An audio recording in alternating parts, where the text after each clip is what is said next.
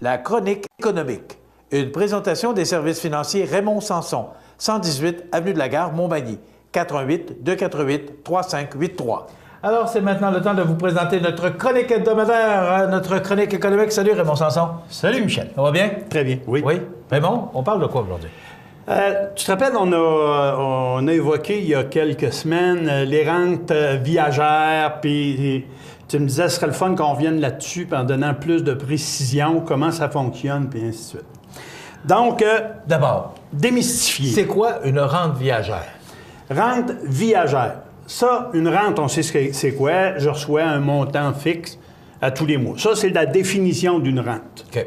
Viagère veut dire toute la vie durant. Tant que je vais vivre, je vais être payé. C'est ça que ça veut dire viagère. Le moment où je débute et le moment où ça se termine, c'est le décès. Décès parce que, naturellement, je ne suis plus en vie. J'ai parlé d'une rente viagère. Donc, ma rente viagère, elle va m'assurer un revenu tant que je vais vivre. OK. Mais il faut la payer, cette rente-là? Ça n'arrive pas du ciel? Ça n'arrive pas du ciel. C'est un montant fixe qui va être donné à l'origine, qui viendra soit de la capitalisation de mes REER, qui viendra ou bien d'un montant d'argent non enregistré. Ça peut être hors REER. J'ai vendu, exemple, un commerce. Ça m'a donné 1 million.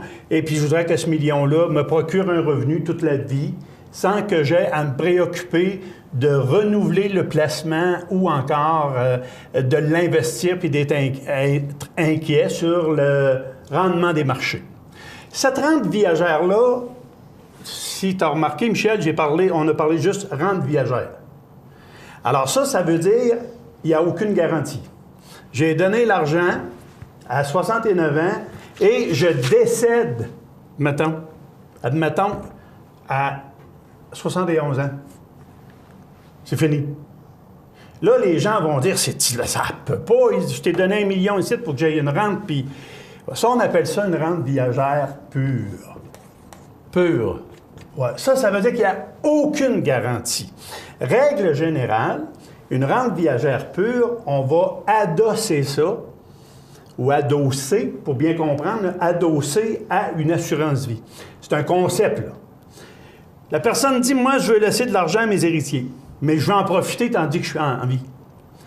On donnait l'exemple tantôt d'un commerce qui a été vendu. J'ai vendu 1 million, mais moi, je vais en profiter de ce million-là. Bien, la personne va s'acheter une rente viagère qui va lui procurer un revenu toute sa vie durant, mais en contrepartie, il va sacrifier quelques dollars pour une assurance vie à laisser à ses héritiers. Alors, on appelle ça une rente sans garantie, adossée à une assurance vie. L'assurance vie, qui est non imposable, viendra compenser l'argent que je voulais laisser à mes héritiers. Bon, mais c'est un petit peu compliqué, là. OK? OK. Alors, rente viagère, un revenu tant que je vis. Je prends une partie de ce revenu-là. On parle toujours du million, là. Oui. Prenons un exemple peut-être plus concret, là. On parle du million. On a $1 million qui part de là. On arrive ici, c'est le décès. Il arrive quoi avec le reste? Admettons qu'il reste 500 000. Il arrive quoi avec le 500 000 $? Si je ne l'ai pas protégé avec ça, l'argent reste dans les mains de l'assureur. OK. Il y a seulement les compagnies d'assurance vie qui vont pouvoir émettre des rentes viagères parce que ça a une notion avec la longévité et la table des mortalités. Alors, c'est pour ça qu'une rente viagère pure, là, sans contre-produit, ou si tu veux, sans contre-défense d'une assurance vie, on ne fera pas ça. OK? On ne fait pas ça. On va prendre une rente viagère, mais on va y donner une durée garantie minimale. Et cette garantie-là, dépendamment de nos besoins ou de ce qu'on veut faire, avec les différents exemples qu'on fournit aux clients, on pourra, à ce moment-là, dire « Je veux garantir ma rente pendant au moins 10 ans, 15 ans, 20 ans, 25 ans. » Ça veut dire ceci, rente viagère, ça va être payable toute ma vie. Mais si je devais décéder, je veux que mes héritiers puissent continuer à en profiter pendant 10 ans, 15 ans, 20 ans, 25 ans. Donc, il faudra payer minimum ces temps-là pour respecter les garanties. Naturellement, les montants payables vont être plus bas ici que là, à cause de la garantie. OK. Raymond, dis-moi, c'est quoi l'avantage d'une rente viagère? Avec tout ce que tu nous expliques, là, c'est quoi l'avantage de prendre une rente viagère pour quelqu'un qui vient de vendre un commerce à 1 million? Bon, dans les avantages qu'on va retrouver là-dedans, d'abord, procurer un revenu à un individu, toute sa vie durant. Lui garantir son pain, son beurre, ses loisirs, tout. C'est ça qu'on veut. Naturellement, on ne prend pas toutes les économies du client, il faut bien se comprendre, là, ici. Là. On ne prendra pas tout pour mettre dans une rente viagère. Règle générale, on va garantir un revenu toute la vie durant à une personne avec un montant X pour pouvoir lui assurer justement son pain, son beurre tous les jours de sa vie, peu importe ce que les marchés feront. Tu comprends que de ce temps-ci, depuis un an, les gens vivent de l'insécurité face à leur placement. On en a parlé. Ouais. Alors, quand on est rendu à la retraite ou qu'on a 70 ans, on ne veut plus vivre ces stress-là, ou en tout cas, il y a une partie de la population qui ne veut rien savoir de ça. Donc, qui veulent, eux autres, là, la paix, un revenu garanti qui va rentrer. Bien, est-ce qu'il rapporte des intérêts, ton million? Ben oui, la même chose. La rente va calculer, va être en fonction du revenu par lequel l'assureur va l'avoir placé. Et cette rente-là peut être indexée. On peut avoir droit à l'indexation. Donc, si j'indexe, ça veut dire que je pourrais faire en sorte que mon chèque de la rente viagère sera indexé à tous les ans. Quel serait le mot pour dire l'avantage de prendre un placement, de le mettre en rente viagère ou de le mettre dans un REER ou dans un... C'est-à-dire que... Dans un placement, comme Sun Life le fait, là? La sécurité. OK.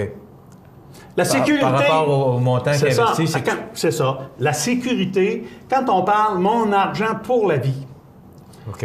c'est là qu'on dit la sécurité pour la vie. Est-ce que c'est quoi que tu conseilles beaucoup? En tout cas, c'est des produits qu'on regarde avec chaque client, dépendamment de sa situation, dépendamment aussi de ce qui va nous exprimer comme besoin ou comme rêve.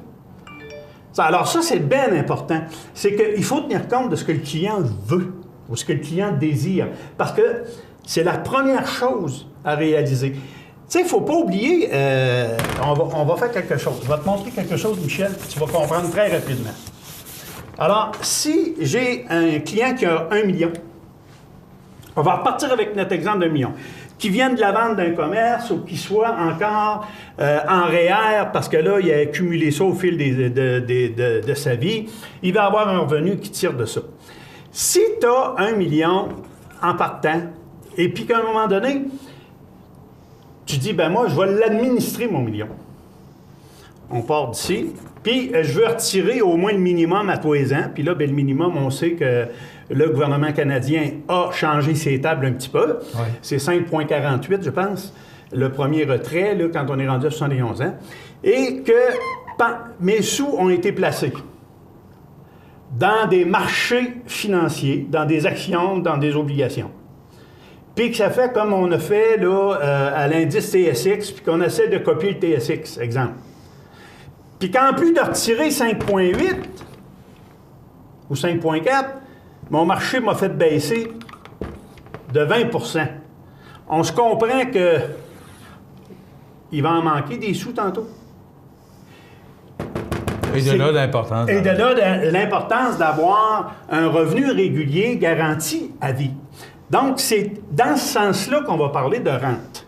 OK? Et une combinaison des deux produits, une rente avec un fer, à mon sens, à moi, est la meilleure façon de parler de décaissement des REER, c'est-à-dire lorsque vient le moment de les convertir en fer. Donc, quand je parle de décaissement, je veux dire retirer un revenu des épargnes que j'ai mis de côté. C'est ça qui est important. Donc, les rentes viagères avec des périodes de durée garantie dedans, ça, c'est important. OK? Alors, il faut se comprendre. Ça prend une rente viagère avec une période de durée garantie minimale.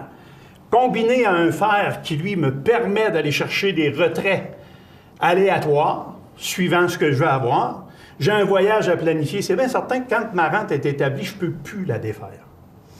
Mes héritiers le pourront, mais moi, je ne peux plus. Donc, il faut définitivement parler d'une combinaison de deux produits avec les clients. Et c'est quand on connaît les rêves du client, quand on connaît ce qu'ils veulent faire, qu'on va pouvoir, avec eux, je te dirais, Michel, justement, combler leurs rêves, satisfaire leur insécurité. La rente demeure le véhicule qui apporte la paix, la tranquillité et le sommeil. Parce que j'ai pu à me préoccuper de ce que les marchés vont faire. C'est à considérer dans un produit financier. C'est là qu'on voit l'importance d'un conseiller. Parce que c'est assez complexe. Oui, mais c'est pour ça qu'on prend quelques minutes de plus là, pour l'expliquer. Alors, la rente viagère, ensuite, il y avait des rentes à durée fixe, il y a toutes sortes de choses, mais ce que je voulais, c'est que les gens considèrent ce produit-là dans leur planification financière quand vient le moment de décaisser leur réel. Merci, Raymond Sanson. Bienvenue. Ça complète notre chronique économique pour aujourd'hui.